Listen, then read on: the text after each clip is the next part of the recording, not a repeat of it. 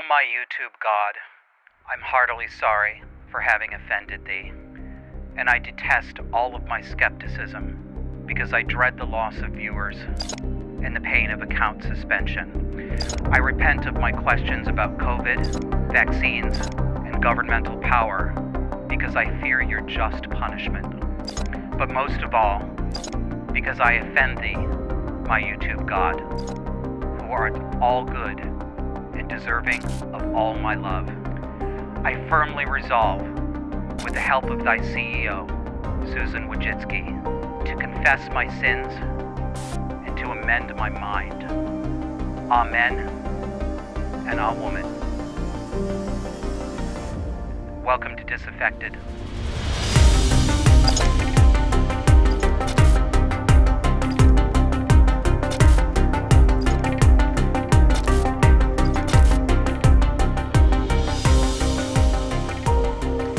Welcome to Disaffected. I'm Joshua Slocum, and this is the show where we talk about politics, culture, and relationships through a psychological lens.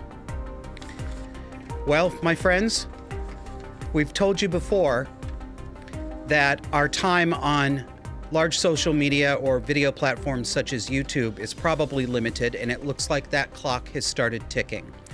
Some of you joined us for the live premiere of last week's show on YouTube. Thank you very much. We had an interview with Canadian dad Chris Elston, who educates people on the street wearing a sandwich board about the dangers to children from medical transition treatments. And I suspect that that interview was had a great deal to do with why YouTube pulled down last week's show. I can't be sure, and you'll see as we get into the detail here, I can't be sure of exactly what got our episode pulled, but let me show you what we got from YouTube. So we'll take a look at the first image here. This is the notice that we got from YouTube. And let's break it into a couple of different pieces so that it's easier to read, and we'll take one piece at a time here. So YouTube says, "Hi, Disaffected Podcast. Our team has reviewed your content, and unfortunately, we think it violates our medical misinformation policy, and we've removed the following content from YouTube." It got the title of our episode, Pushback Begins.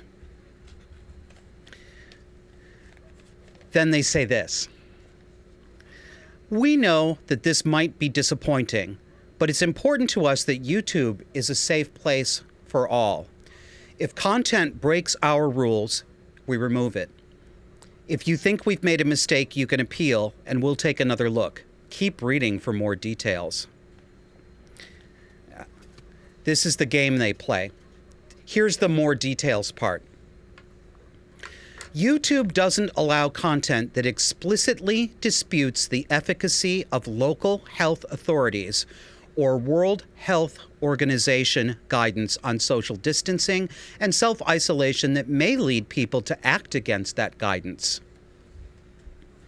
Listen to that.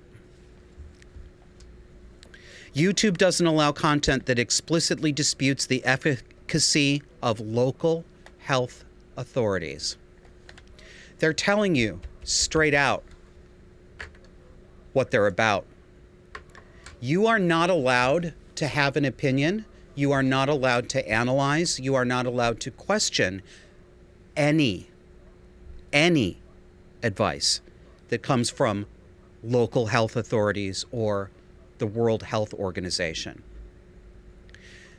This is the year 2021, and this brazen declaration that questioning official points of view and official guidance is out of bounds, that's new.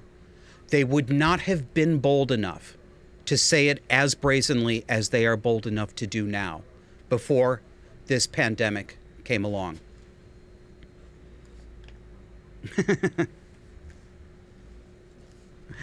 I'm not even sure if this is really about COVID, our video getting taken down. If it is, I don't think I talked that much in last week's show about this, but I suspect what may have happened, it might have been the video that we played of a mother. You'll recall the video of a mother in front of the school board last week. She had long blonde hair. She called herself a mama bear. And she railed at the public school board and said, our children are not going to be masked anymore. We are the parents. We're going to make this decision, not you. That open defiance is exactly what we need, and it's exactly what YouTube doesn't want. But I'm not sure that this really was about COVID, because I know a lot of other podcasters, I know a lot of other content creators who've had their episodes taken down and sometimes their channels suspended or taken down. And there's nothing in the content that they put up that seemed to trigger this that matches the justification that YouTube gives them. Here are the things that I hypothesize. I don't know which of these is true or if it's a mix of these things. But I think that, number one, I think the interview with Chris Elston really pissed YouTube off. There's a very high number of self-identified so-called trans women who work in tech. This is a known correlation. Tech, computers, coding, very, very high number of men who call themselves trans women are in tech. They get very triggered by anyone crossing them, anyone questioning them, anyone disagreeing with them. I can imagine that the interview with Chris Elston was really triggering for people like this because it explicitly calls out the lie. It calls out the lie that there is such a thing as a transgender child, because there is not. There are only abused children. There are only children who are exploited and labeled and created as trans as a project for their parents or for the doctors who are treating them to get attention.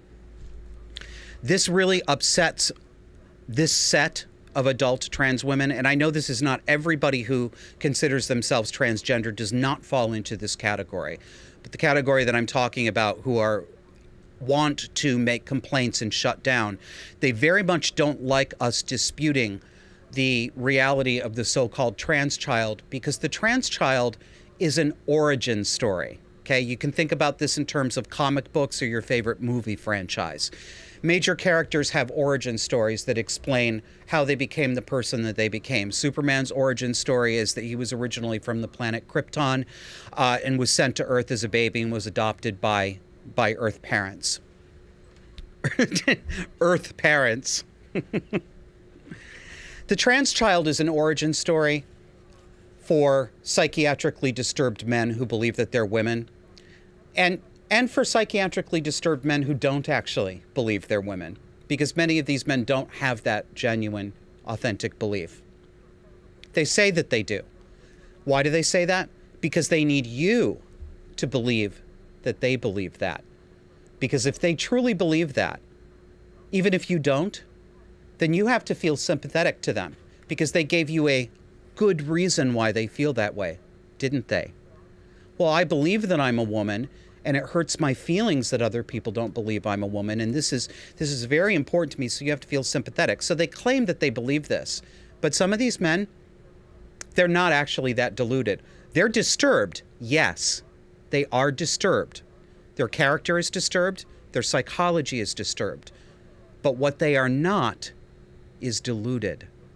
They know they're not women. They need you to think that they think they're women.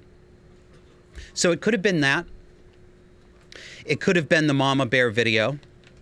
It could have been simply the tone of voice that I took.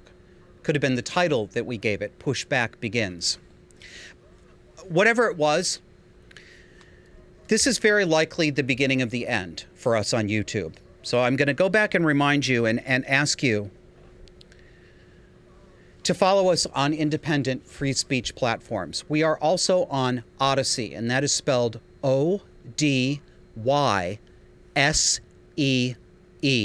Yes, it is a, quote, misspelling. It's a brand name. It is not spelled the way the word normally is. Odyssey. O-D-Y-S-E-E. We are on Odyssey, which is a free speech video platform. We are also on Rumble. With Rumble, you can go to rumble.com/disaffected. Odyssey is odyssey.com/@disaffected. I'll say that again and explain it for those of you listening. When I say the word @ I mean the @ symbol, like you use with email. So again, odyssey.com/@ odyssey.com/@disaffected. But one of the good things about the internet as it exists now is you don't have to remember very character-specific, spelling-specific hyperlinks anymore. And in fact, I kind of don't like giving them out anymore because if you get one character wrong, you can't find it. So I'm going to remind you, remember that you don't need to be specific. Remember that the internet is full of digital signposts. All you need to do to find us is go to odyssey.com, look at their search bar, and type in the word disaffected, DISFFECTED. Same thing with Rumble if you don't remember the exact HTML link. So what we got from YouTube this week was not a strike. I believe that you get 3 strikes before your channel is banned. This was a warning, but in fact, that just means that actually you get 4 strikes. So this is number 1 of 4. This episode that I'm talking to you in right now, and as a matter of fact, while this premiere is going on, we hope that the live premiere, I'm recording this the day before, but we come out at 9 p.m. on Sundays. It is possible that during the time that you are watching this Sunday night, maybe right now, they might pull it down. Jump over to Odyssey and find us there. You won't have the live chat right away. We're going to figure out the tech for things like that, but you can at least find us there. And that may be where you're going to have to find us because I can't... Kevin and I talked about this. Kevin is the producer on the show. We talked about how to approach this. And the fact is, as we're doing it right now, things may change. And when they change, we'll tell you, but not until we're ready. I can't avoid the topics that are going to get this show suspended or banned. It's not possible. It's what I need to talk about. It's what we all need to talk about. And it's what you want to talk about and hear about. I can't avoid COVID. I can't avoid transgender. I can't avoid criticizing the Democratic Party. I can't avoid talking about the woke left and how it has become mainstream liberal leftist politics. The entirety of this show is not to YouTube's taste. It's not to the major media's taste. And if I avoid these topics in order not to get suspended, Disaffected doesn't exist anymore. So thank you, everybody who listens to us. Thank you to everybody who watches us. And thank you especially to those of you who financially support this fledgling show. We're going to get through this, but I don't know exactly how it's going to turn out. And I want you to remember where we can be found because I don't want to lose you. Thanks. So, let's get into more ban-worthy content. Yesterday, President Joe Biden gave a speech where he unveiled a new plan for dealing with the pandemic. And the major parts of his plan include the following. He's going to use OSHA, which is the Occupational Safety and Health Administration. It is the federal government regulatory office that sets safety standards for businesses in the private sector. He's going to use OSHA to mandate that any American business with 100 employees or more, that those employees must get vaccinated or get tested for COVID once a week. And this will affect about 80 million people. I feel a sneeze coming on, my friends. I'm going to try to stop it, but I think it's on deck. He is going to require that any health facility, a hospital, nursing home, any care facility that receives Medicaid or Medicare dollars, those are federal programs paid for by tax dollars, any facility that gets Medicaid or Medicare dollars will have to require their employees to be vaccinated. And this is how he describes it. He's calling on large venues such as stadiums, music halls, concert halls, museums. He's calling on them to require customers to be vaccinated. But within a couple of weeks, he's not going to be calling on them. He's going to be telling them. He's going to be issuing a command to them. And I want to point something out. We've got a couple clips from his speech here. Because that man is so evil, I'm surprised he casts a reflection that can be recorded.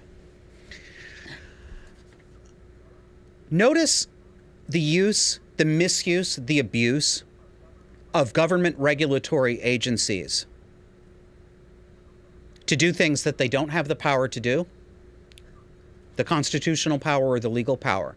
So the eviction moratorium that we've talked about came from the Centers for Disease Control, which somehow gained the ability to write contract law that governs the business relationship between landlords and tenants. They got to just say that landlords were not allowed to evict tenants for public health reasons. Why? Well, because if people lose their housing, or if they're no longer housed, you see, because the landlord unhoused them. Landlord is daddy, and daddy's duty is to house you. If they're no longer housed, then they might move. And if they move to another state, they might spread COVID, or they might get it, and a whole bunch of people might die. This is the most ridiculous, detailed extrapolation into absurdity to justify giving the CDC this power. And now he's doing it with OSHA, the Occupational Safety and Health Administration. It's going to make them do the dirty work and make employers with 100 workers or more vaccinate. How are they going to monitor this? How are they going to enforce this? This is outside their purview. Let's take a listen to a couple of clips from Biden's speech. Here's number one. And it starts with understanding this. Even as the Delta variant 19 COVID-19 has been hitting this country hard, we have the tools to combat the virus if we can come together as a country and use those tools. If we raise our vaccination rate, protect ourselves and others with masking, expanded testing, and identify people who are infected, we can and we will turn the tide on COVID-19. It'll take a lot of hard work. It's going to take some time.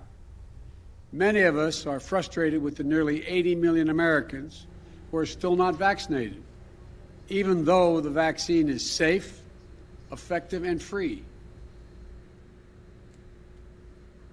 I want to point out a couple of things there.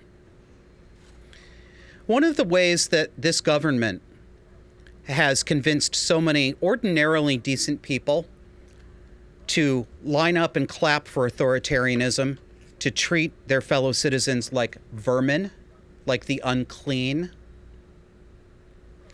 has been by recasting our responsibilities to each other and saying that we citizens not only have duties to ourselves, making choices about our own health, our own economic activity, not only do we have duties to our family to protect, nurture, educate, feed our families, our communities, our friends, but we have these responsibilities to everybody else around us, anyone else around us. We have to wear masks to protect ourselves and others. That's how they got this by. They play on and weaponize our sense of empathy. Please don't misunderstand me. I'm not suggesting that there's something sinister about having a feeling of responsibility to your neighbors, your citizens, and your countrymen. That's not sinister. That's a good thing. But like all good things, they remain good when they are kept within the correct context and when they are not abused. But they turn sinister when they are put into a different context and when they are abused. That is why so many people are willing to wear useless, ineffective, ridiculous face panties that we call masks. Because I'm protecting you. That's what people say. I'm doing this for you. I'm doing this because I love you. I'm doing this because I care about you. Some of you, to some degree, yeah, I think so. Others of you, and almost all of you, also to some degree, no. You're not doing this for me. You're not doing this to protect me. You're doing this to perform that you are doing this for me in front of an audience. You are performing your empathy for narcissistic gratification. Thanks, but no thanks. Let's look at the next clip from, before we go into the next clip, hear one phrase that Joe Biden said. What is one of the things that we have to do? We have to identify people who are infected. Identify them. Perhaps we could come up with an item of clothing, or maybe a symbol, maybe a patch, maybe something in a special color that'll help us identify those people. Wouldn't that be nice? Let's listen to the next clip. Disney, Tyson's Food, and even Fox News. The bottom line, we're going to protect vaccinated workers from unvaccinated coworkers. We're going to reduce the spread of COVID-19 by increasing the share of the workforce that is vaccinated in businesses all across America. My plan will extend the vaccination requirements that I previously issued in the healthcare field. Already, I've announced, we'll be requiring vaccinations of all nursing home workers who treat patients on Medicare and Medicaid because I have that federal authority. Tonight, I'm using that same authority to expand that to cover those who work in hospitals, home health care facilities. Did you hear that? He's a big boy and he's got that authority. So you better respect his authority. He's goddamn Eric Cartman. We're going to protect vaccinated workers from the unvaccinated.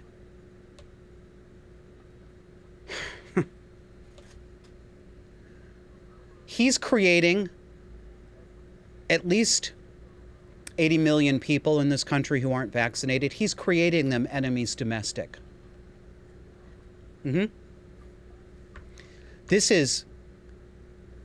It's not only dangerous rhetoric, it's rhetoric I have never heard from an American president. And I can't remember an instance, even before my time on this earth, where an American president carved up the citizenry into two camps and said that one was an enemy of the other. And I don't care that he didn't use the word enemy. Don't come at me with that. That's exactly what he means. We're going to protect you, the clean, from the unclean, your fellow countrymen. Why? He said, just before he said that, he claimed that the vaccines are safe, effective, and free. Do we remember what vaccines are? Do we actually know anymore? Vaccines are medical preparations that immunize a person from catching a disease or that severely blunt the chances of catching that disease or having that disease develop into something with severe morbidity or mortality. They protect you. When I get a tetanus shot, as I've had many because I'm clumsy and I've cut myself on rusty things most of my life, they protect me from getting tetanus, right? Not a good example because I don't think I'm not sure about this, but I don't think if I had tetanus that I could give it to you. Maybe I could. Tetanus. Ask for it by name. But we are acting as if the vaccine does nothing when we take it, that it doesn't give us any protection. We are helpless against the unclean, unvaccinated who can come along and just ruin everything by COVIDing me up. This is bizarre. Let's listen to the last clip from Biden. If they'll not help, if these governors won't help us beat the pandemic, I will use my power as president to get them out of the way. There it is. I will use my powers as president to get them out of the way.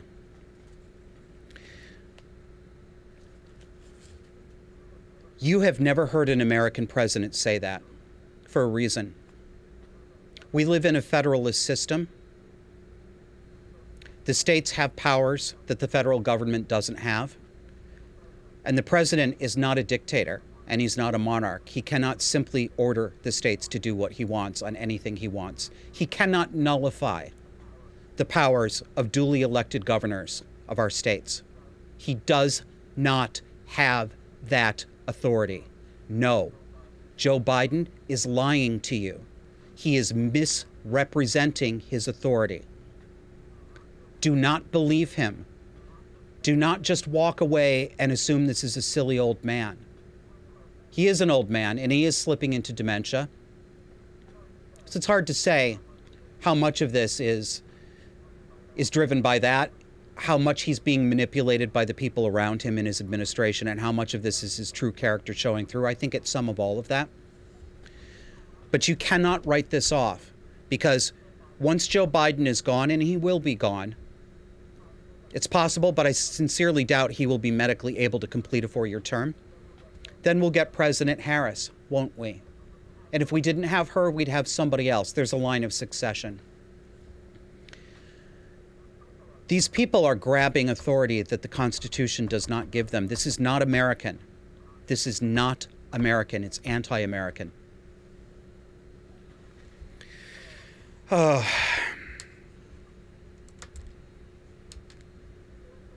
it's in the air, isn't it? This authoritarian, dictatorial, dystopian approach to civic relations. This week in the Washington Post, let me make a note for myself here because I want to remind myself to tell you something important when I'm done with this. So this week in the Washington Post, on the editorial page, Ruth Marcus wrote an editorial that again used language that I have never heard from an American newspaper. I've never heard spoken in public by professional, respectable people until now.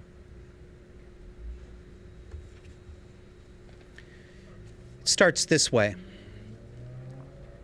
I'm going to come right out and say it. In situations where hospitals are overwhelmed and resources such as intensive care beds or ventilators are scarce, vaccinated patients should be given priority over those who have refused vaccination without a legitimate medical or religious reason. Interesting. She's going to come right out and say it. Isn't she brave? Isn't she gutsy? No, she isn't. She's riding a wave of terrorized citizens who are losing their moral compass and twitching their curtains and looking at their neighbors as a source of contagion and plague. She's not brave. She's got evil intent, and she can get away with it right now. Then she says, this conflicts radically with accepted medical ethics, I recognize. And under ordinary circumstances, I agree with those rules. The lung cancer patient who's been smoking 2 packs a day for decades is entitled to the same treatment as the one who never took a puff. The drunk driver who kills a family gets a team doing its utmost to save him, although not perhaps a liver transplant if he needs one. Doctors are healers, not judges. End quote. She's lying. I don't think she cares that this conflicts with radically conflicts with accepted medical ethics. She sounds to me like the kind of person who doesn't, under ordinary circumstances, agree with those rules. She sounds like the kind of people who do think that 2-pack-a-day smokers should not get treatment for lung cancer. I don't know, because I don't know who Ruth Marcus is, but I know this kind of people. And if she's like them, she's saying this to give herself plausible deniability. The name of this game is, I'm usually very compassionate. I'm usually very measured. I'm big-hearted, and I don't hold people's foolish choices against them. I don't relish their suffering. But a lot of people who say this actually do relish people's suffering. I know this because I was a smoker for a long time. I used to be involved in the anti-smoking wars and then the anti-vaping wars. And the number of people in public health and the number of people who comment on public health who really do want to see smokers denied health care. They do want to see fat people denied health care. They do want to see drug addicts denied health care. It's not a few people, it's a lot of people. So, maybe I'm wrong, but maybe I'm not. Next quote. Vaccine resistors are different. Got that, folks? We are different. Here comes the justification. Vaccine resistors are different. Their refusal to take the shot doesn't just affect their own health. It poses a known risk to the health of others, especially now with the spread of the Delta variant. To decline to be vaccinated is to fail to live up to your duty to your community. And it should mean that you forfeit, if necessary, your claim to equal medical treatment.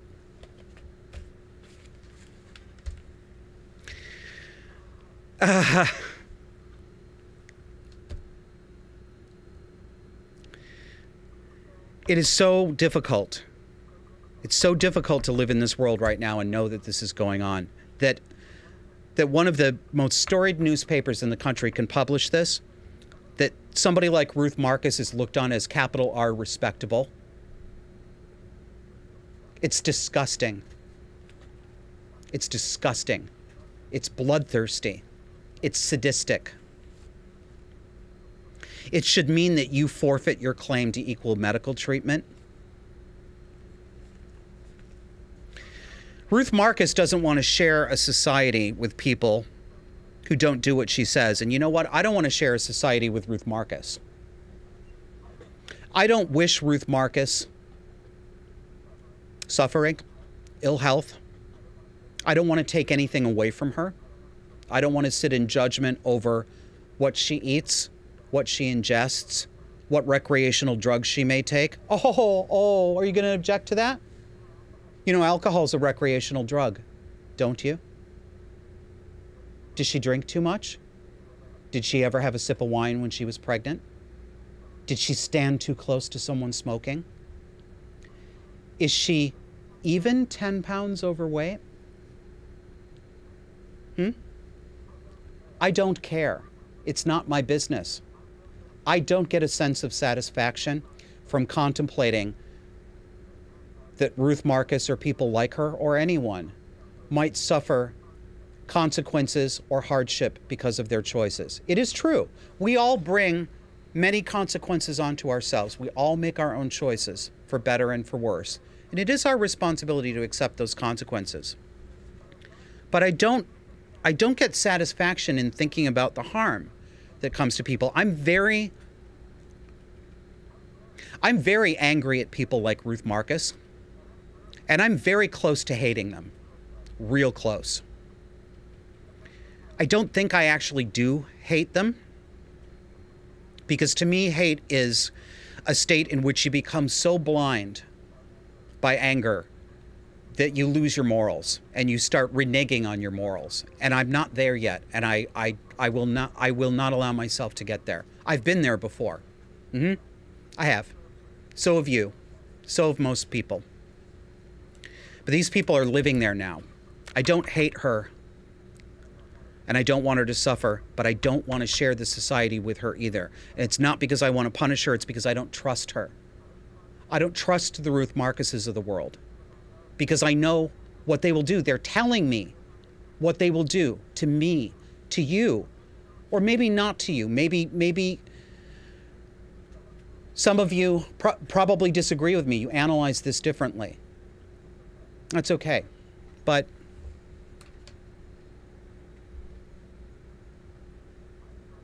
I don't know. I don't know what to do. I don't know what to do. I want to close this out by leaving you with one more quote from her editorial. She says, "This is an uncomfortable conversation. The irresponsibly unvaccinated have made it a necessary one."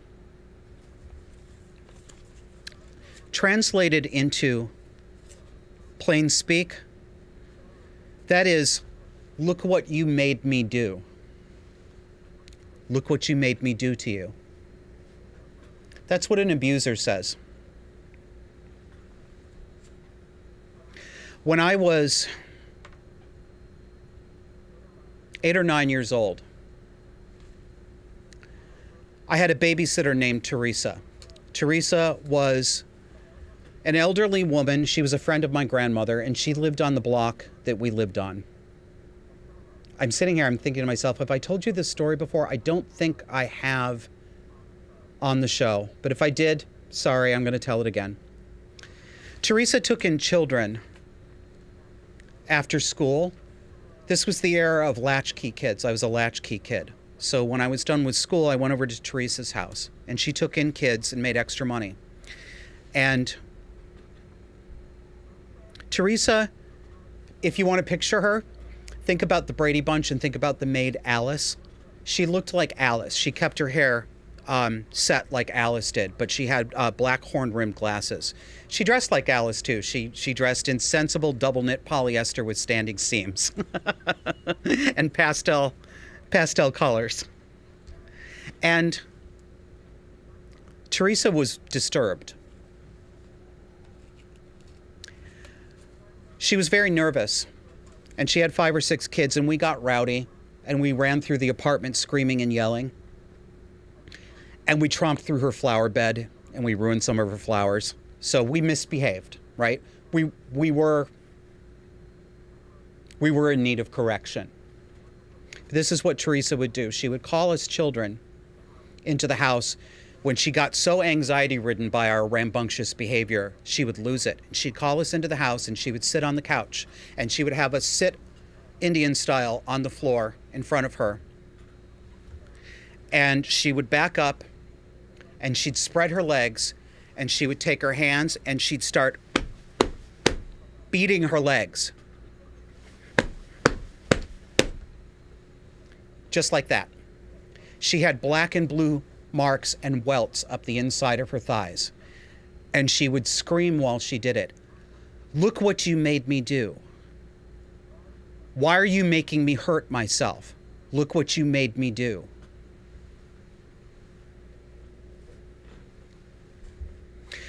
I didn't understand it then, but I understand it now. Teresa had borderline personality disorder. She was extremely disturbed. And you know what? I can't tell you why. I wasn't afraid of Teresa the way I was afraid of my mother. I felt sorry for her. I pitied her. I felt very, very sad for her. Often I wanted to comfort her. Even as a young child, I said to myself inside my head, something's not right with Teresa. She's sick in some way. This is not how grown-ups act. Something happened to her. She's hurt. I don't know what's wrong with her, but something's wrong.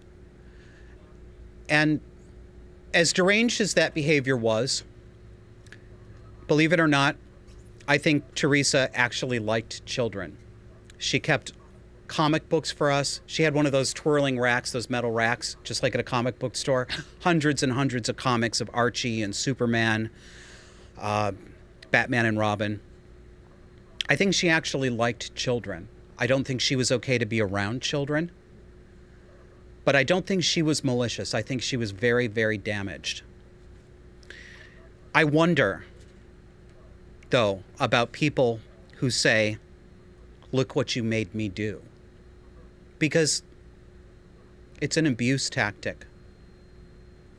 And that's how that strikes me, that editorial from the Washington Post. I want us to get back to a time where this is no longer acceptable. I want people to be afraid to say things like this. I want them to be ashamed. I don't want these thoughts to occur to them. So we're coming up to a break here, and going to hammer this a couple of times here. Folks, if you listen to us and you haven't subscribed yet, please subscribe, and especially, please subscribe on audio. Okay, if you watch us every week, you watch us on Odyssey, you watch us on Rumble, you watch us on YouTube until we go away soon. Take us along with the car. I stumble every time I do this promotion. Take us along for the ride in the car, if you please.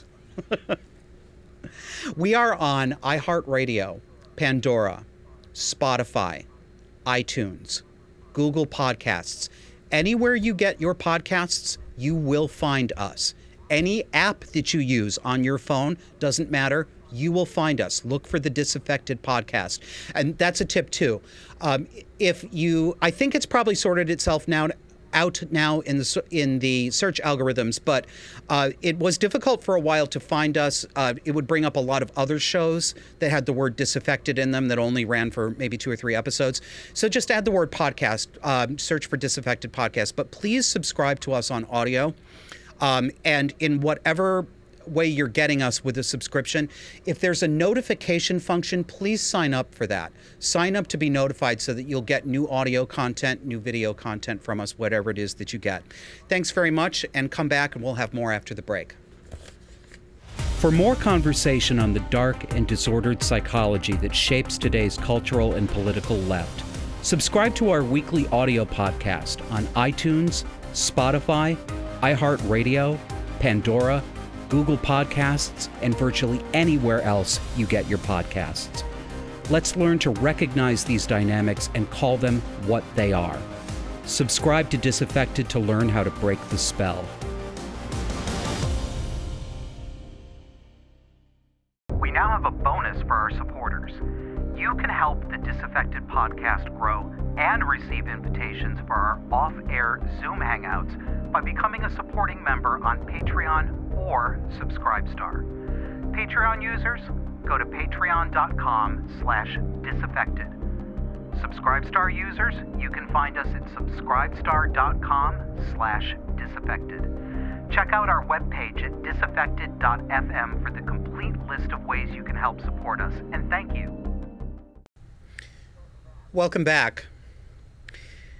There are serious consequences to the hysteria about COVID-19 that we are living with right now.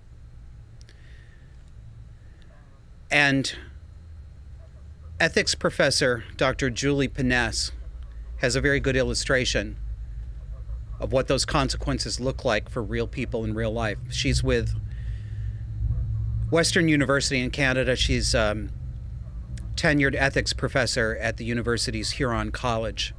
And we have a series of clips. This was all one video, but because it was shared on Twitter, it's split up into 3 segments, and we're going to play them for you. So let's roll Dr. Julie Piness here. My name is Julie Piness, and this message is about mandatory vaccinations. I am a professor of ethics at Huron College at the University of Western Ontario. It's one of the largest universities in Canada. Today, I'm going to teach you a short lesson on the universally accepted ethics of coercing people into medical procedures. I'll be the example. My employer has just mandated that I must get a vaccine for COVID-19. If I want to keep working at my job as a professor, I have to take this vaccine. Here's my conundrum.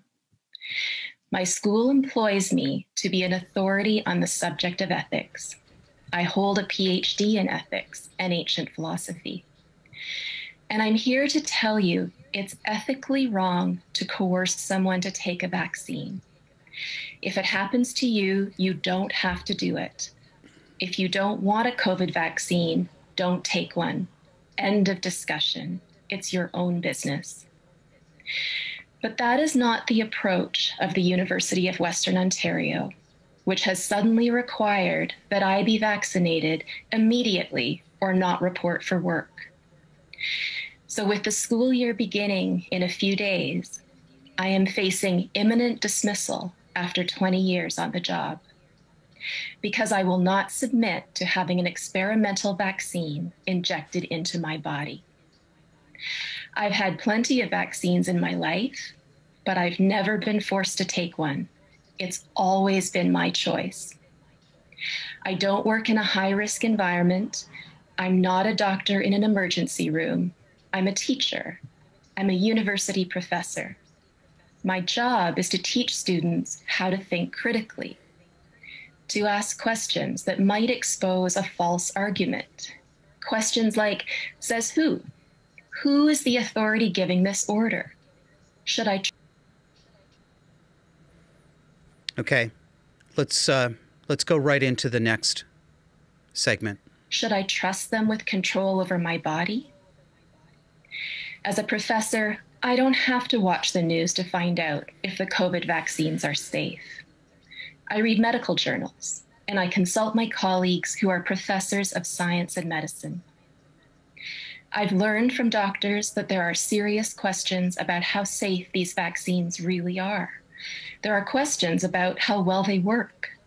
Nobody's promising that I won't get COVID or transmit COVID if I get the vaccine. But ultimately, none of that matters to me because I'm a professor of ethics and I'm a Canadian. I'm entitled to make choices about what does and does not enter my body, regardless of my reasons. If I'm allowed back into my university, it's my job to teach my students that this is wrong. I'm hired to teach them that it is ethically wrong to impose an experimental medical procedure as a condition of employment. This is my first and potentially my last lesson of the year. Ethics 101. In the spirit of Socrates, who was executed for asking questions, this lesson will consist of only one question. The answer is multiple choice. Please listen carefully. When a person has done the same job to the satisfaction of her employer for 20 years, is it right or is it wrong to suddenly demand that they submit to an unnecessary medical procedure in order to keep their job? In this case, the procedure is an injection of a substance that has not been fully tested for safety. It has not yet been shown to be effective. And we'll go on to the final segment of her video. It is designed to prevent an illness that poses little threat to the employee.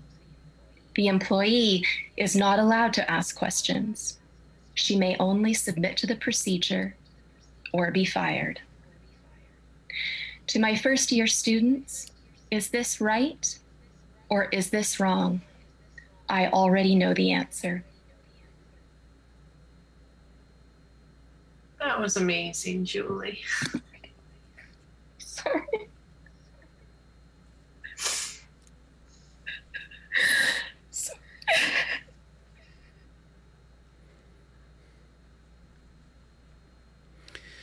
The end of that video includes this message. Dr. Piness was dismissed from her position September 7th, 2021.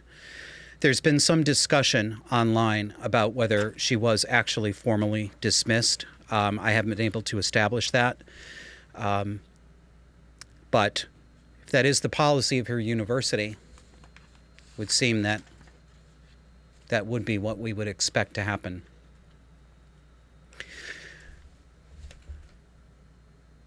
University professors are not the only people being affected by this.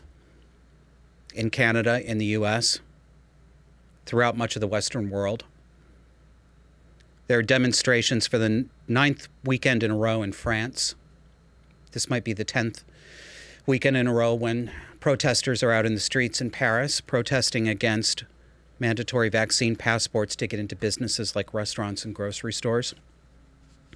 Australia and New Zealand continue to take a police and a militarized approach to ticketing people and arresting them for being outside of their homes when they're not allowed to be outside of their homes. I am watching conversations happen on social media with mothers and fathers, blue-collar workers, white-collar workers, who are facing imminent dismissal if they don't comply with their employer's vaccine mandates. And all the while, all you see on these social medias, like Twitter nudges you to be interested in stories that Twitter creates or that Twitter wants you to help them create. They have a little box on the side, what's trending, what's going on. And these little boxes carry Headlines like, "It's not a violation of your civil rights if your employer requires a vaccine, experts say." "It's not a violation of your medical privacy if your employer requires a vaccine, experts say." "No, they don't have to give you an exemption for medical reasons or for religious reasons or for philosophical reasons, experts say." Well, there is a huge portion of the American public who is never going to believe anything a self-described expert says ever again. Because experts have been lying. They have been lying by omission. They have been lying by misdirection. They have allowed themselves to be exploited for sinister political power gain reasons. And they have been getting, like doctors and nurses, in their fucking dancing TikTok videos and their maudlin, hysterical, crying videos all over social media. "We're so exhausted. We care so very much." They've all been getting narcissistic gratification by pretending to be victims while they ride roughshod over our civil liberties, our constitutional rights, while they help to destroy relationships between friendship groups and families.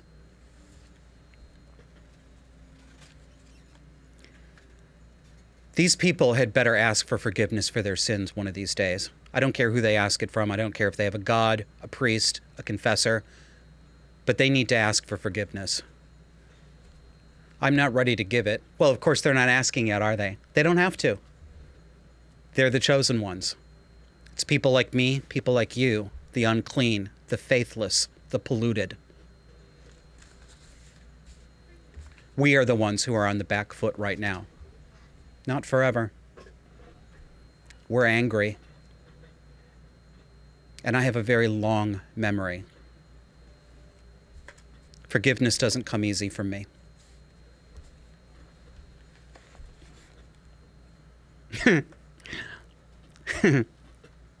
Let's talk about humor. One of my other favorite subjects. Hey, Josh, what are your hobbies? Personality disorders and humor. Also serial killers, plane crashes, and 1940s women's pictures. I saw this going around on social media. COVIDian bingo. Let's put up an image of the COVIDian bingo card.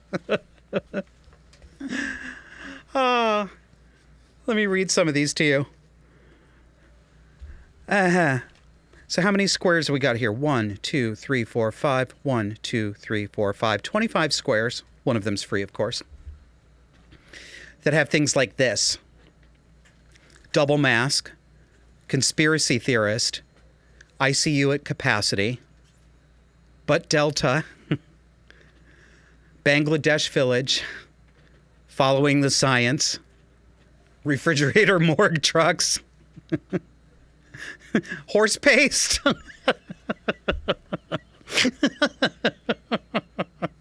Save grandma. Pandemic of the unvaccinated. That sounds like a soap opera title. We're all in this together. So selfish. And it goes on in that vein.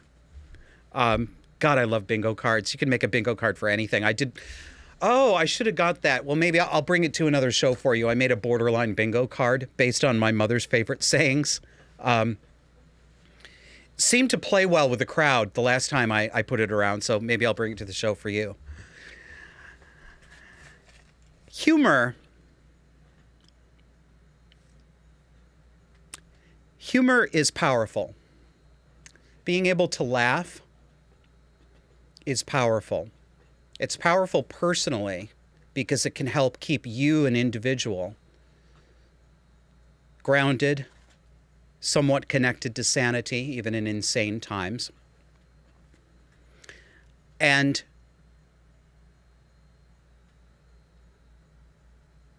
The powerful and the grasping don't like humor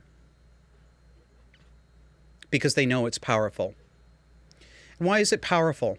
Because humor, any humor that's worth calling humor, is irreverent. It thumbs its nose at authority, especially unearned authority, illegitimate authority. And that's why they don't want you to have it. This is why there are certain kinds of people who are dangerous to power regimes. And those people, yeah, okay, I'm going to go here. I didn't think I was going to go there, but I'm going to go there.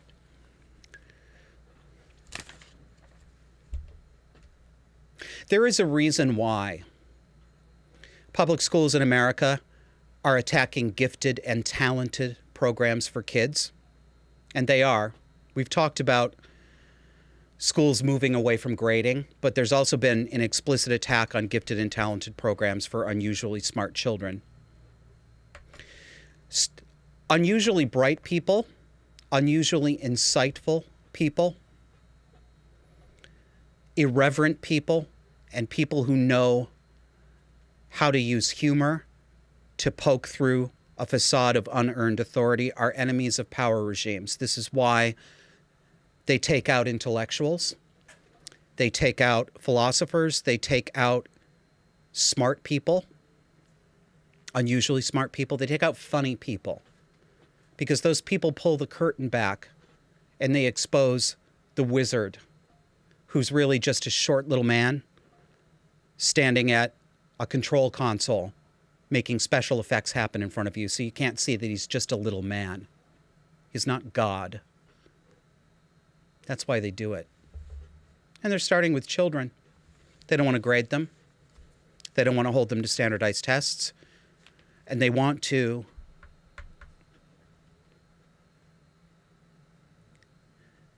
take away the opportunity of gifted children to make something better out of their lives.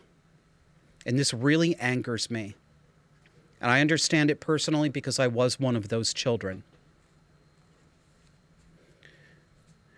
It's difficult to talk about this because it has been set up. This topic has been set up so that if you talk about this honestly, you are accused of being vain, self-absorbed, stuck up, pompous. Yeah, well, screw that. As a child, I tested extraordinarily high in IQ. Not the highest. I have friends who have tested higher in IQ than me. I'm not the most brilliant person in the world.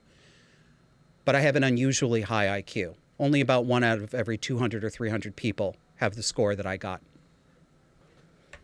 This is not bragging. This is a description of reality. I was reading 12th grade textbooks in 2nd grade, and I quickly moved on to college level material while I was a primary school student. An accident of birth, genetics. I didn't earn it. It was given to me. That's why it's called a gift. There's nothing wrong with having that gift. Any more wrong than it is to be gifted at basketball or lacrosse or gymnastics. And we don't seem to have a problem recognizing that some children are extraordinarily athletically gifted. We celebrate them. We don't pull them down. We don't tell them that they're harming other less athletically talented kids, but we do say this to smart kids.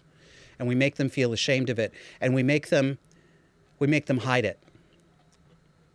Because if they appreciate their gift, they're accused of lording it over other people. The intense envy and insecurity that frankly mediocre people have, and mediocre teachers.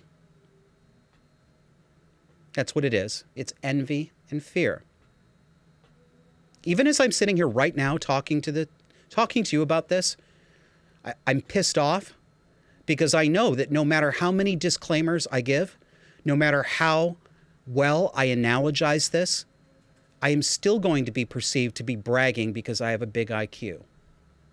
That's how distorted this conversation is. I don't think I'm better than anyone. I don't. I'm smarter about some things than other people. I'm better with words than a lot of people are. There are people who are better than me. There are people who have talents that I will never have. But this is why they are going after standards. They're going after intelligence. I saw this article in the Telegraph, the UK newspaper, doing an interview with a man named Moray McLennan, who is the CEO of an advertising firm called MNC Saatchi. And the headline for this says, "The shift away from humor points toward an industry frightened to ruffle feathers. Rather than risk fueling a social media backlash with a misjudged joke, brands appear more comfortable trumpeting their position as a force for good." Moray McLennan, chief executive at MNC Saatchi, says, quote, "Humor will come back strongly. But for the moment, advertising is reflecting how the world has become a more serious place." No, it hasn't. The world hasn't become a more serious place. It's far more ridiculous than it's ever been. It's a goddamn farce. It's not a more serious place. It's a place that takes itself way more seriously than it needs to. Finds itself way more important than it really is. McLennan goes on, he says, "People have been wary of having fun and being trivial. It's almost as if you are trivializing all the world's problems and my personal problems. It can come across as a lack of empathy." There it is. You hear it there. He's right. The observations he's making are correct. People are afraid of having fun. It's almost as if you are trivializing all the world's problems and my personal problems. This itself is the problem that we're in. We think the entire world should be set up to service our egos. We take everything personally. Everything. It can come across as a lack of empathy, he says. When did we get this obsession with empathy, with what we claim is empathy? This is what I mean when I talk about the weaponization of typically feminine approaches to interpersonal relationships. Women, on average, more demonstrably empathetic. This has, like all traits, they have very good applications, and when they are misdirected or when they are not counterbalanced by a different kind of trait that pushes back, they get out of control and they can cause destruction. And this is what we are dealing with right now. Weaponized empathy, the demand that we perform empathy. And it isn't really empathic or empathetic. It's narcissistic. We don't actually want people to be truly empathetic to other people. We want to see them perform it for us because it makes us feel good about ourselves. And it provides an atmosphere, a background, a cast of characters, supporting characters, so that we can star in our own empathy drama. We can be the biggest hearted person ever. We can feed the most homeless people. We can care about the greatest number of marginalized groups. It's fake. It's plastic. It's cheap. It isn't real. I'll put up another quote here. First, Mr. McLennan of MNC Saatchi says, or actually the article writer says, he believes the purpose-driven advertising has an important part to play because it reflects the values of the younger generation. Yeah, they claim these are values. Let's pull a few quotes here and put them on the screen. Quote, people talk about wokeness, but wokeness is in the eye of the beholder. What you realize when you are sitting in Soho and you are an older white man is that different generations have different senses of gravity when it comes to these things. What might appear to be irrelevant to a 70-year-old is absolutely mainstream to a 20-year-old, he says.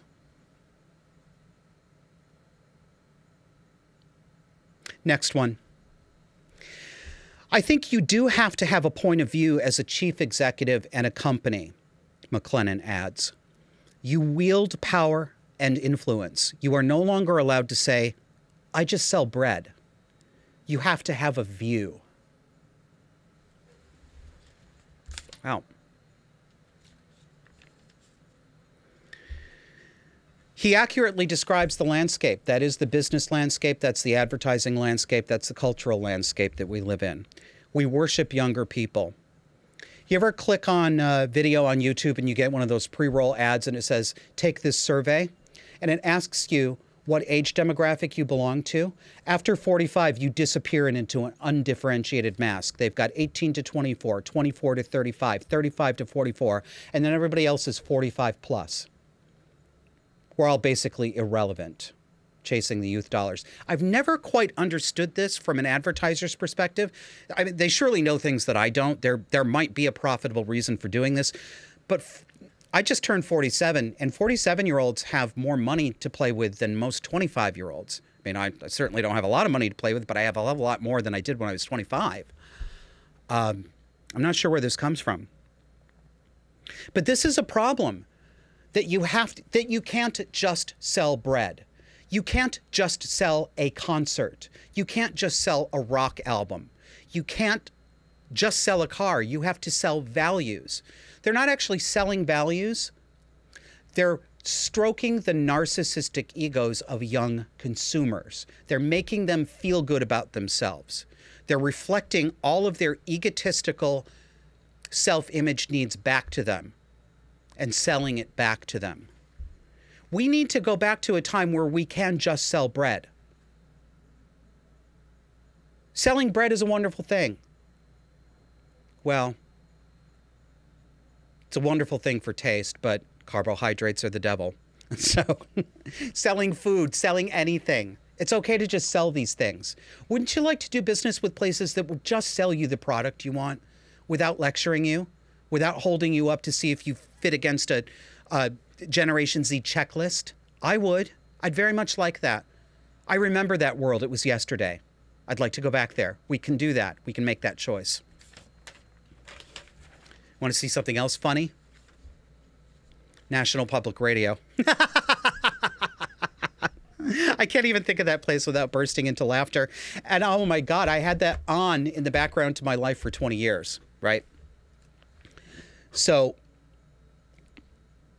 you may have seen this week that the last statue of a Confederate general in Richmond, Virginia was taken down this week. They've taken them all down. This was Robert E. Lee.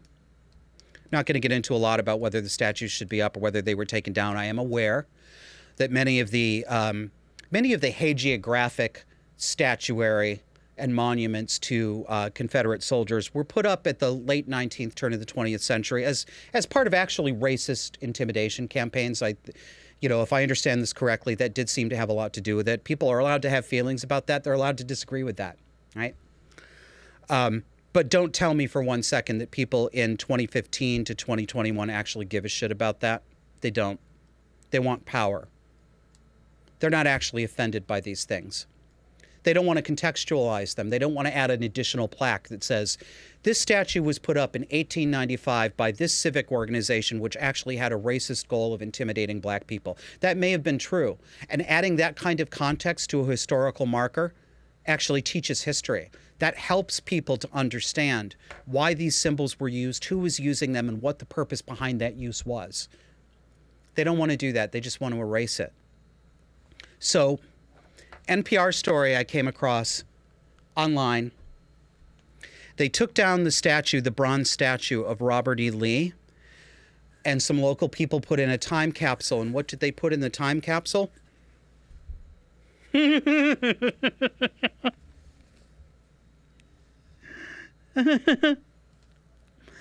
Kente Cloth, worn at the 400th commemoration of 1619.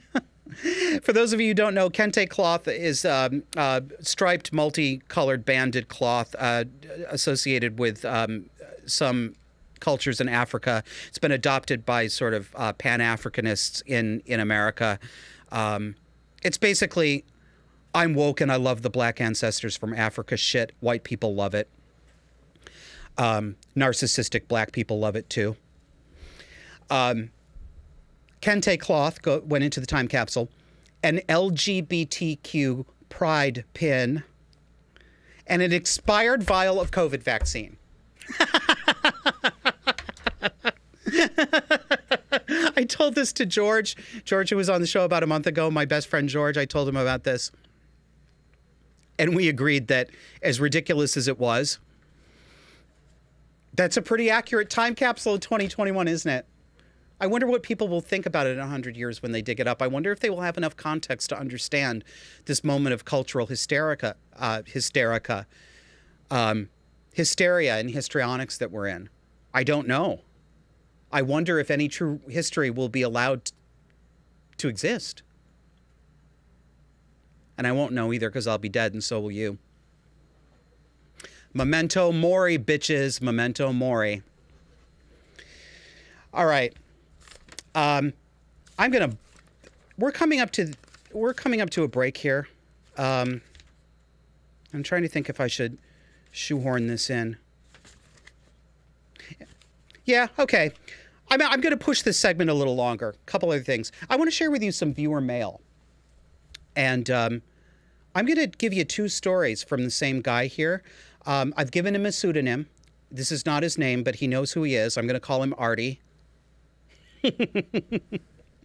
Artie's very perceptive. Artie's unusually insightful. And he wrote me on 2 subjects. First one, the standoffs at 4-way stops when you're out driving a car. So he says, this is something I've noticed myself, and it extends beyond 4-way stops. I've noticed a lot of violations of normative behavior. A perfect example. It's normative to keep to the right when out for a walk. But while walking through Smith College especially, although it's not limited to Smith by any means, I've noticed a tendency for people to veer to the left into my way, forcing me to step aside awkwardly to avoid a collision. Maybe that's what's going on at 4-way stops too. The other person doesn't really want to be courteous. They really want to exert power over you. They want to enforce their non-normative behavior and force you to violate that norm as well. If everything is systematically oppressive, then that includes social norms too. I suspect he's right about this. I don't think it's that way for everybody, but I do think it is that way for a lot of people. I hadn't thought of it that way, Artie, until you pointed that out. Thank you. That made something click for me. And if any of you listening to this, you think that that's not right or there's something else going on, shoot us an email, us@disaffected.fm. But I do think that that is part of what's going on. I don't think it's just people trying to out-nice each other. I think they're trying to customize the world. I can choose a new norm when I'm on the sidewalk, and I'm going to make you choose it with me. Mm-hmm. The second thing that Artie wrote me is a little longer. Here we go. Keep in mind the dynamic of projective identification as I read this to you. Projective identification is something that people do when they have a bad attitude. A lot of people do it. Many of us have done it at one point or another, but it is particularly common with people who have cluster B personality disorders, or especially confrontational and disputatious personalities. It's the dynamic where they think everyone else around them is a bastard. Everyone has it out for them. So they mistreat other people until that person lashes back out so it can justify their original distorted image of that person. So here we go. Artie writes this. All names here are pseudonyms, okay? These are not these real people's names. You cannot figure out who these people are by their names. I have a friend I'll call Steve. He's a great chap. He works at my gym. He's also a high school wrestling coach.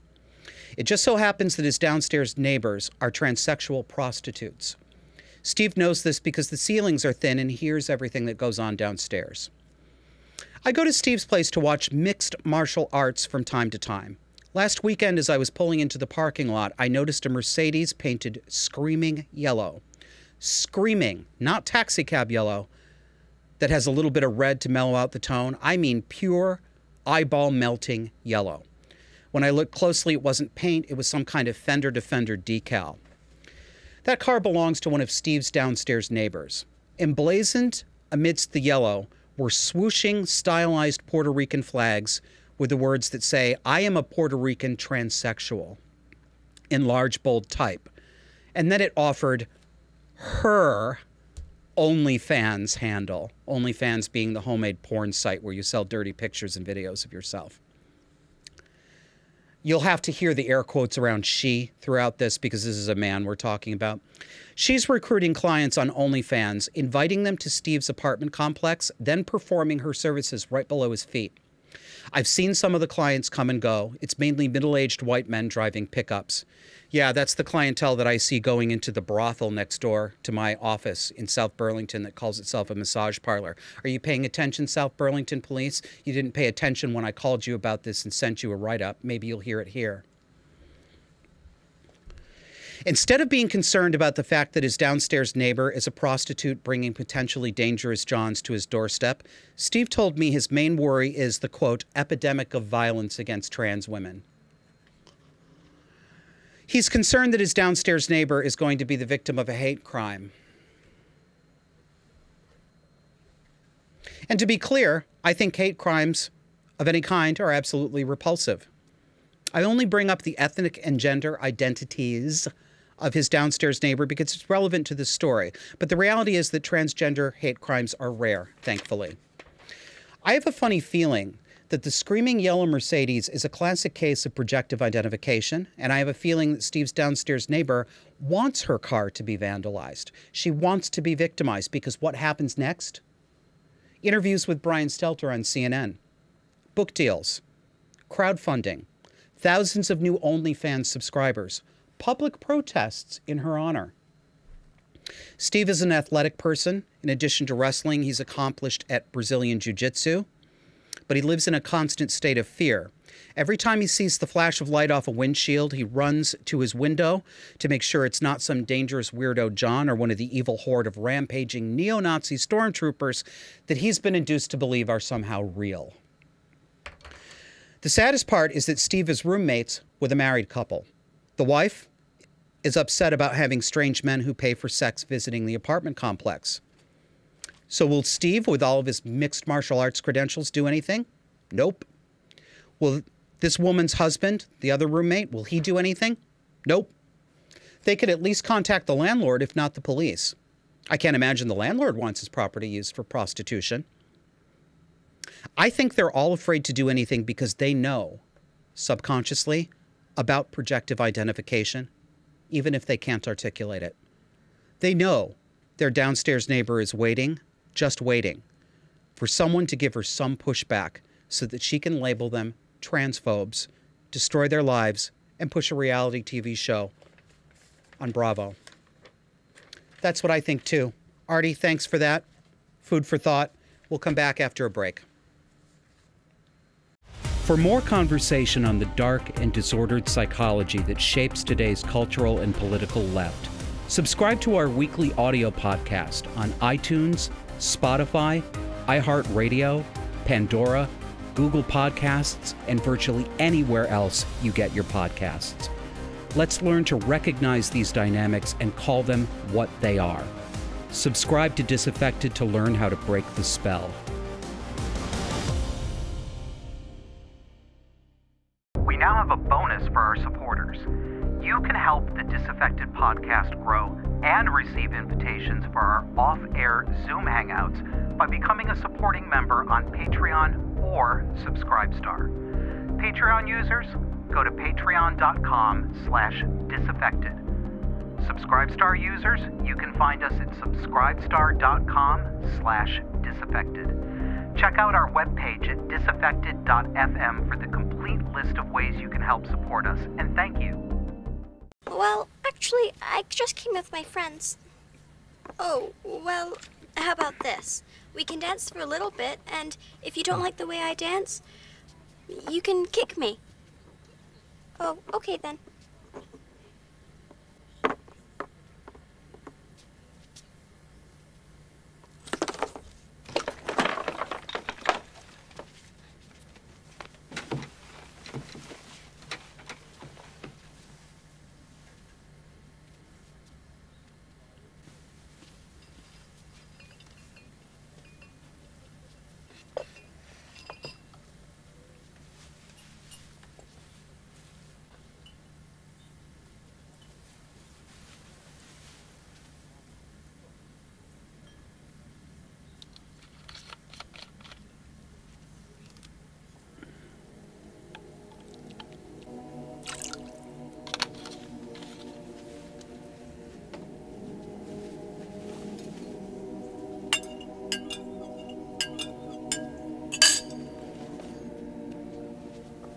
Time for lunch, Kira.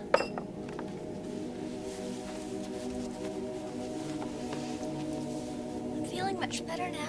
That's so great, honey. It's time for your food. Can I go outside and eat this? Oh, I don't know. You know how you get sick in the afternoons. Don't say that it tastes funny. You know I don't like to hear that. Sammy's mom called.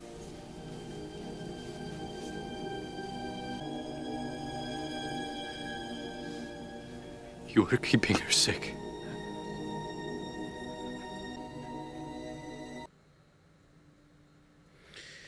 That was the funeral scene from the movie from the late 90s, The Sixth Sense. And if you haven't seen it, and for those of you who are listening, what happened is this is a supernatural movie about a little boy who sees ghosts. He sees the dead people around him. And the ghost of a little girl put a videotape in front of him. And what happened was at the funeral, somebody put a home video of the little girl who died into a VCR and started playing it on the TV. And the camera that the little girl was recording her puppet show on had captured what her mother did when her mother didn't know she was being recorded. She poisoned the little girl's lunch. And that's why the little girl died. And the truth came out through this hidden camera footage at the funeral.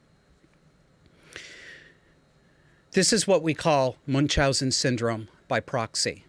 It's real. It's not just something from a horror movie. It is when a caregiver, almost entirely mothers, not entirely, but almost entirely. This is a mother's sin, mainly. When caregivers artificially induce sickness in a child in order to get attention and sympathy, donations, and praise from doctors, nurses, and neighbors for what a long-suffering mother she is. A more recent example of this that has shown up in fiction was the 2019 miniseries called The Act, which was based on a true story. A woman named Dee Dee Blanchard and her daughter Gypsy. She kept Gypsy artificially sick, artificially disabled in a wheelchair. And she got a ton of money from charity, support from her neighbors. She was featured on television programs to help this family. And Gypsy ended up killing her mother, Dee Dee. And she went to prison for it.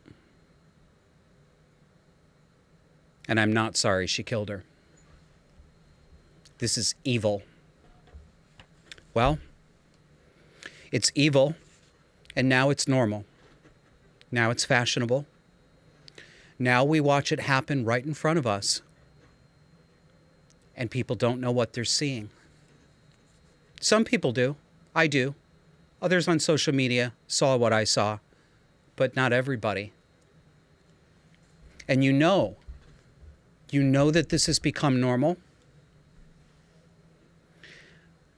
Because the people who do this, the mothers who do this, do it right out in the open now. They photograph it.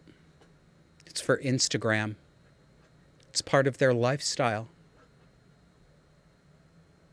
They've got a friendly ecosystem. Why shouldn't they? Take a look at this. This is an image from a social media post put up by a pediatrician named Sarah Beth Broder Fingert. Sarah Beth Broder Fingert, MD, MPH. MPH stands for Masters of Public Health. Image of this woman. She appears to be in her mid to late 30s with her 3 children standing in an airport in COVID gear. And not just masks, not just cloth masks, face shields, full plexiglass face shields. And she's standing there with her very uncomfortable looking children, gathered in front of her with her arm around one of them, staring into the camera for this lovely little selfie. And here's the caption she gave to this photograph. The embarrassing life of children whose mom is a pediatrician. Hashtag COVID-19. Hashtag mask up. No, Sarah Beth. Not the embarrassing life of children whose mother is a pediatrician. The frightening life of children whose mother is psychiatrically disturbed. I'm going a little too far, some of you are thinking. Why would I say, this is just a cautious mother, isn't it? Right? Is it? We know that cloth masks don't do anything. We know this. We've talked about this on the show. The CDC's own studies show this, not Josh Slocum's opinion. Studies from the CDC, the very organization that you say you trust. Do you trust them now? Do you not trust them because I'm saying a contrary opinion? They're out in public. Not only do cloth masks do nothing, but children are not dying of COVID. There have been approximately 400 deaths of children in this country, apparently from COVID. But a Johns Hopkins study that was cited in the Wall Street Journal could not find a single one of those pediatric deaths that did not have a serious comorbidity such as leukemia. These weren't healthy children struck down by a dread coronavirus. They were children who were already sick and who tragically died. And if it hadn't been COVID, it would have been the flu, or it would have been RSV, or it would have been pneumonia. It would have been something. But you may still think I'm going a little too far. Well, let's take a look at another image from this pediatrician, this highly educated medical doctor with a master's in public health. Here's the next image. Sarah Beth has a photograph of one of her children, possibly two, it's hard to say. It's really hard to tell when they have masks covering 3/4 of their faces, whether it's the same person. You know, it's hard to recognize people, isn't it, when you can't see their faces. Picture of her children standing in what looks like some sort of gymnasium, doing athletic moves and poses. And here's the caption. Dear Nike, that's Nike, the shoe company. She tagged them. Dear Nike, if you're looking for an 8-year-old gender non-binary model, we got you. Hashtag trans is beautiful. Am I still going too far? Am I crazy to say that this is Munchausen syndrome by proxy? Am I histrionic? Am I hyperbolic? Or is it her? Is it Sarah Beth?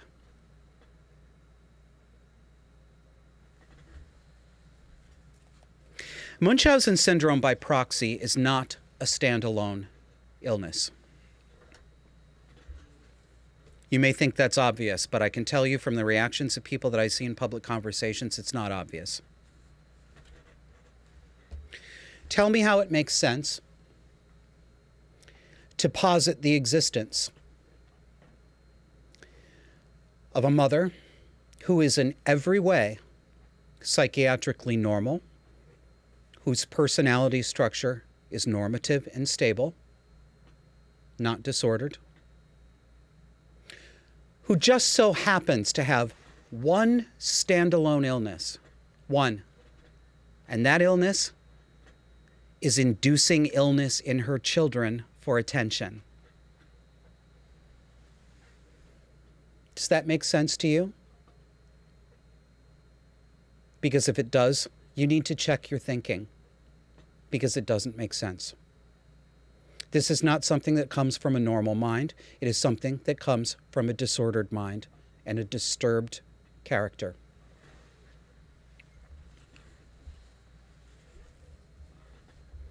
Munchausen syndrome by proxy is not a standalone illness. It is a Baroque symptom of borderline or histrionic personality disorder. Cluster B.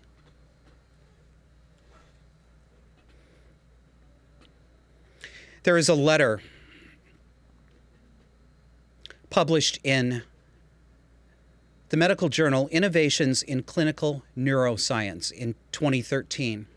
Title: A Relationship Between Factitious Disorder and Borderline Personality Disorder. Factitious disorder is the current medical euphemism for what we call Munchausen syndrome by proxy. I was corrected by somebody on Twitter yesterday who said, actually, the proper name is factitious disorder imposed on another. Yeah, I know. I call it Munchausen syndrome by proxy because that's what people know. That is the term that describes the phenomenon they are already familiar with, and that is the term that has correctly accrued all of the horrifying connotations of this condition that I wish to get across. No, I won't call it its proper name because its proper name is meant to distract and to destigmatize. Why cooperate with that? Why? Let me read to you from the letter. It described a case of a 35-year-old woman who came to the hospital complaining of uncontrolled hypoglycemia, low blood sugar, like the type that occurs when a diabetic doesn't manage food intake against insulin. This woman had several hypoglycemic episodes. They measured it. Her blood glucose was, in fact, very low. And the doctors couldn't figure out why this kept happening. And it kept happening while she was in hospital under observation. They figured it out when they made her empty her purse. Have you guessed what they found? Yeah, insulin syringes. She was injecting herself with insulin so that she'd have a hypo. And she flipped the fuck out when she got caught. Didn't she? I could put up a quote on the screen here from this letter. It's written by two doctors. Quote, "There are few data on the relationship between factitious disorder and borderline personality disorder.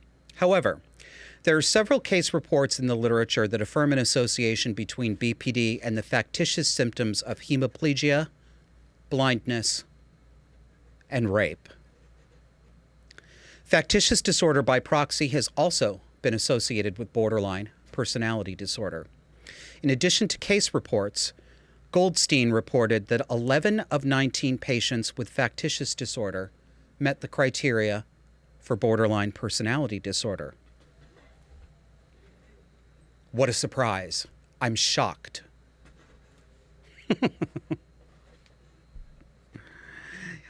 And the reason why I say that this case of Sarah Beth Broder Fingert looks like Munchausen syndrome by proxy to me, you might object and say she's not actually inducing illness in her children by making them wear COVID gear. And I agree with you. She's not actually inducing, probably not inducing a somatic and physical illness, but she is helping to induce psychological unwellness in these children. She's frightening them. She's making them believe that they live in a world that is dangerous in a way that it is not dangerous. And she is subjecting them to her desperate, pathetic, criminal, in my view, attempts to gin up sympathy and tearful applause for what a good, good mommy she is. And this trans and non-binary thing, yeah. She's going to tell this 8-year-old child, and I don't know whether to say he or she. We can't know, can we? This child's identity has been taken away from this child and taken away from us. This child, God, excuse me.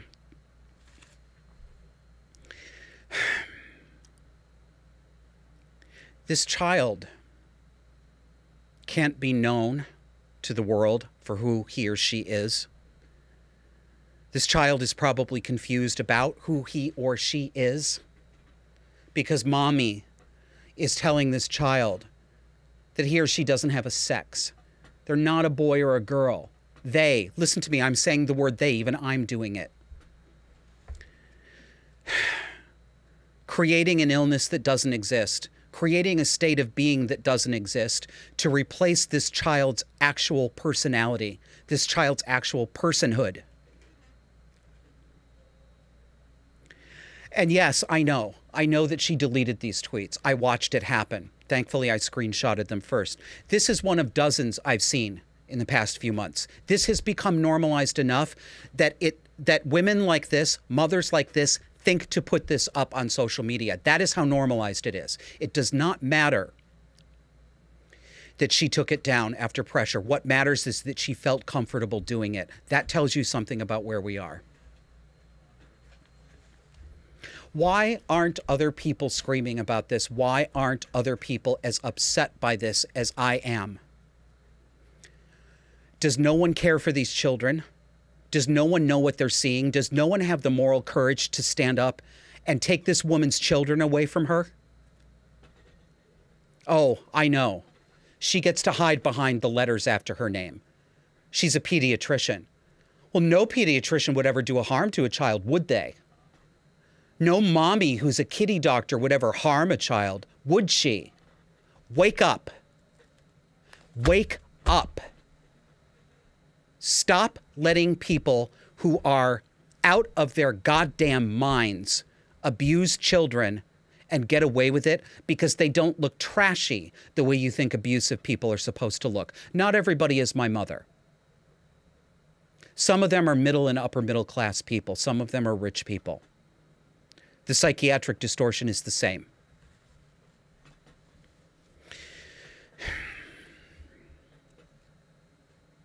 I'm sorry if I yelled in your ear, but I'm not sorry that I'm this upset. You should be too. Back to the letter about the relationship between Munchausens and borderline. The elemental psychological association between these two diagnostic and statistical manual disorders seems to be that the self-destructive behavior observed in borderline personality disorder may be actualized through a self-harming pattern of contrived or simulated symptoms, which may be experienced by the patient through surreptitious medications, procedures, and/or surgeries. This potential relationship underscores the need to evaluate every individual who presents with factitious disorder for borderline personality disorder. And this applies, back to me, this applies just as much to Munchausen syndrome by proxy. Munchausen syndrome by itself or factitious disorder by itself is when a person sickens him or herself. And again, I'm saying him or herself, but the truth is that the vast majority, well more than 9 in 10, this is a women's disease. This is women's psychiatric disturbance. There's just as many psychiatrically disturbed men, just as many cluster B men, but it tends to express itself differently. This is just as true for Munchausen's by proxy when it is imposed on another. And people who were horrified by these tweets, so many of them said, why hasn't anyone called Child Protective Services? Why? Because Child Protective Services these days considers not transing your child to be the act of parental abuse. Child Protective Services is more likely to initiate an investigation into a parent who is objecting to the medical and psychological transitioning of a child than they are to go after the person who is creating this false psychiatric illness in their children. That's why nobody is calling Child Protective Services. There is no help for some of these children.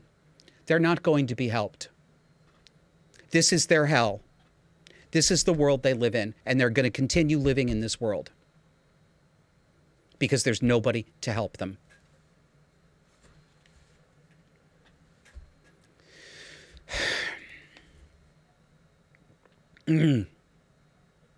Okay, that's enough of that. I want to do a reminder here. Gear grinding subject change. I want to do a reminder here and ask you to help this show again. Please share this show on social media. You can do it on Twitter, Instagram, Facebook, any social media platform. Please share us. But I know that many of you will not be able to. Your professional reputation, your community reputation, you can't be seen to be associated with the topic matter of a show like this. I do understand that. So if you can't share this, do it privately. Pick one friend, one colleague, one person that you think may be receptive to the message that we're trying to get across, and tell them about the show, please. Word of mouth has done a lot for us. We're only 7 or 8 months into this show. We're still small, but most of the growth we've had has been because of word of mouth. Thank you. If you haven't done so far, try to do it this week. And it's going to be even more important because if you're watching us on YouTube now, this is going to be one of the last few shows that you'll be able to see us on because they are going to ban us. It is going to happen. So remember to look for us on Odyssey and Rumble. And something else, if you're interested, if you don't get enough of me running off at the mouth for an hour and a half to 2 hours every week, we have a bonus hour this week on somebody else's show, believe it or not.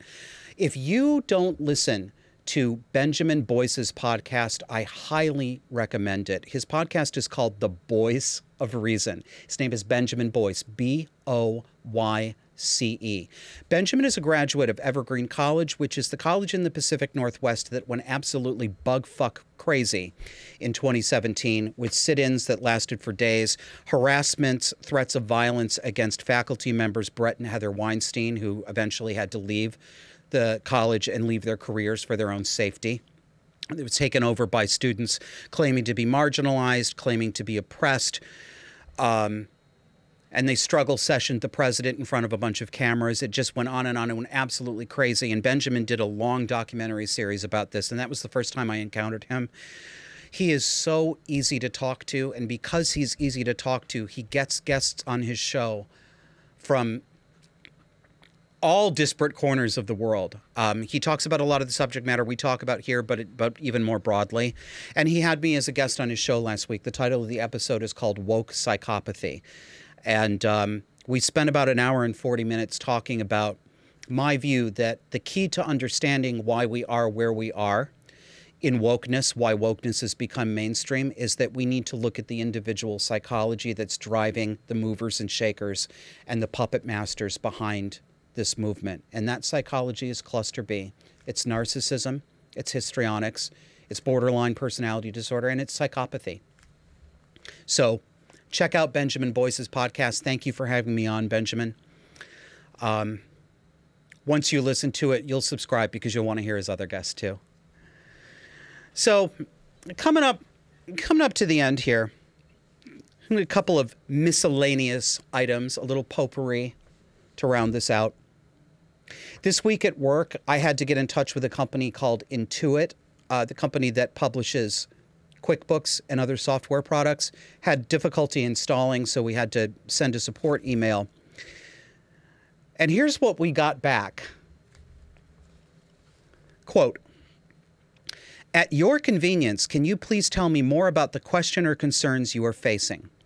From there, I will be glad to arrange for the appropriate product expert to get in touch with you. Thank you for reaching out. Respectfully, Charlie Lofgren, Senior Specialist, Office of the President. Pronouns, they, them." Vanishingly small chance of this, but if any executives at the Intuit Corporation happen to be listening to this, I want to tell you something. Your employees are making you look like goddamn fools. Nobody is impressed by this. Everyone is irritated by this. This is not appropriate. Charlie, and we all know Charlie's a woman.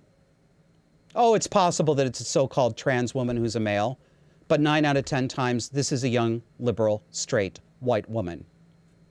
I use a print shop to produce newsletters and paper brochures in my day job. And within the past 4 months, all of the female staff at this family-owned print shop have added their pronouns to their signature lines.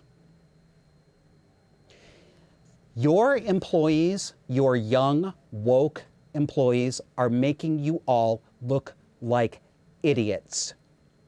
It is causing me to question whether you have any business sense at all. It makes me wonder, what are you putting up with in your office every day? Are you letting these people bring their whole self to work? Because it sure looks like you are. I don't want to hear about Charlie's pronouns. I don't want to hear about anybody's pronouns. I don't want to hear about your gender identity. I don't want to hear about your boyfriend. I don't want to hear about your children. I don't want to hear about your religion. I don't want to hear about the protest you were at for critical race theory last year. The only thing I want to hear from you is how to get QuickBooks working on my laptop. And the only thing I want to hear about from the print shop is when my print job is going to be done and how much it's going to cost. Can we get back to business, please? Oh yeah, I'm fed up. I am fed the fuck up. Because I'm not only getting it from businesses, I'm getting this in official correspondence from federal government agencies that I work with. This is embarrassing. It's making all of us look like a fool. One more from our stable of favorite politicians, Alexandria Ocasio-Cortez, or as a British friend of mine calls, America's pound shop Eva Perón. Alexandria Ocasio-Cortez made a fool of herself and her party again this week by talking about the importance of, well, not women's issues, but issues affecting menstruating people. She wouldn't even say the word women when she was talking about it. So the UK paper, the Daily Mail, tore her up for it. And their headline was, AOC calls women menstruating people while explaining the female body. So, never one not to gild the lily, AOC quote tweeted the Daily Mail and added to it. Here's what she said. Not just women. Trans men and non-binary people can also menstruate. Some women also don't menstruate for many reasons, including surviving cancer that require a hysterectomy. GOP is mad at this. GOP mad at this are protecting the patriarchal idea that women are most valuable as uterus holders. No, Alex, that's you. That's you.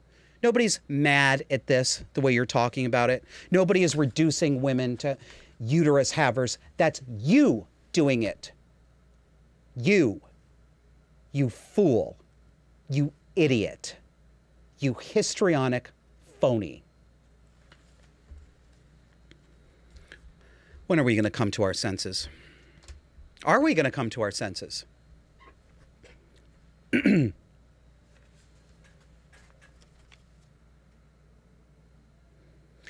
So we're coming to the end here. And I'm going to do one more reminder. Sorry, folks, but it's important because we get into the end. Remember that we're on Odyssey and Rumble. Find us on Odyssey and Rumble. Bookmark us there. Because even if you're watching this on YouTube, it might actually go down while you're watching it. That happened to a couple of people last week. So odyssey.com/@disaffected, or simply go to Odyssey and search for Disaffected. Rumble.com/disaffected. Today, as I record this, it's Saturday, September 11th. It's the 20th anniversary of the terrorist attacks. And I'm not going to tell you how I was affected by this. Lots of people have stories like that. There's enough of them out there. I don't need to add to it. But I want to tell you about looking back on how I felt during that time and how different the world, America, and patriotism looks to me today. So in 2001, I had just recently graduated about year and a half, 2 years before that, from Sarah Lawrence College, which is in Westchester County, New York, just outside New York City. I spent a lot of my 4 years in college in Manhattan. in the art scene, taking classes at professors' apartments. It was wonderful. I did an internship where I worked on an exhibition at the Metropolitan Museum of Art. I got to do big city, big people things. It was wonderful. But then I moved down to rural Virginia after college. I had a friend who got a tenure-track job at Sweetbriar People's College. And I couldn't afford rent in New York City. I didn't have a job, so I said I'll move down with my friend and see what life is like in the South. And I was a fish out of water. I was a gay, atheist, leftist, and I found myself in a world where the way people introduce themselves and get to know you is to say, hi, how are you? What church do you go to? Are you married? What church do you go to? Are you married? That's normal. That conflicted with my Yankee upbringing. Those are considered intrusive questions to ask somebody when you introduce them. We are more reserved and standoffish. So that was a culture shock for me. But it was also uncomfortable because I was gay. And not any less obviously so in 2001 than I am today. So I don't think anyone really didn't know. But the culture then was to pretend that you didn't know. And I didn't like that, and I still don't like it. But I had, in as much as the people around me had parochial and small-minded attitudes about these issues, so did I have parochial and small-minded attitudes about them, their culture, and the way they lived. Much of what I thought at the time was malice or making fun of me. I don't think it really was. I think it was people doing the best they could in a new situation, a new form of cultural contact that had not spread in the way that it's spread today. I don't think most of the people that I thought were making fun of me were actually making fun of me. I think that was my own insecurity. And the morning this happened, I went in, it was my day off, and I went into the newsroom. I was a crime reporter at the paper. And I did some work. I don't remember if I was assigned to cover it. I think I was assigned to cover some aspect of this. I was a crime reporter, which meant that it was my beat to cover crime, murders, suicides, house fires, medical emergencies, hostage standoffs. Not that we had that many, but, you know, occasionally there were some truly exciting criminal activities.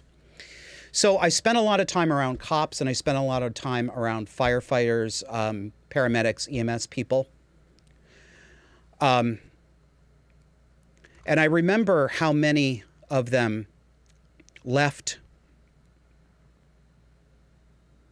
to go to New York City to help, and how many of them started flying FDNY, Fire Department of New York flags and decals on their trucks and their ambulances.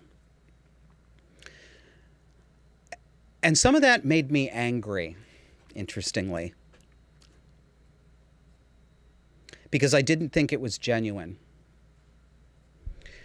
I knew how much fun Southerners made of people from New York City. I could hear what they were saying. Those big city liberals, those snotty, college-educated people who think they're better than us, with their frou-frou lifestyles. And that was true. There was a lot of that. But you know, the people like me were just as bad in the opposite direction, the way we thought about them. And I complained and I criticized. And I said that these people were just doing it for attention.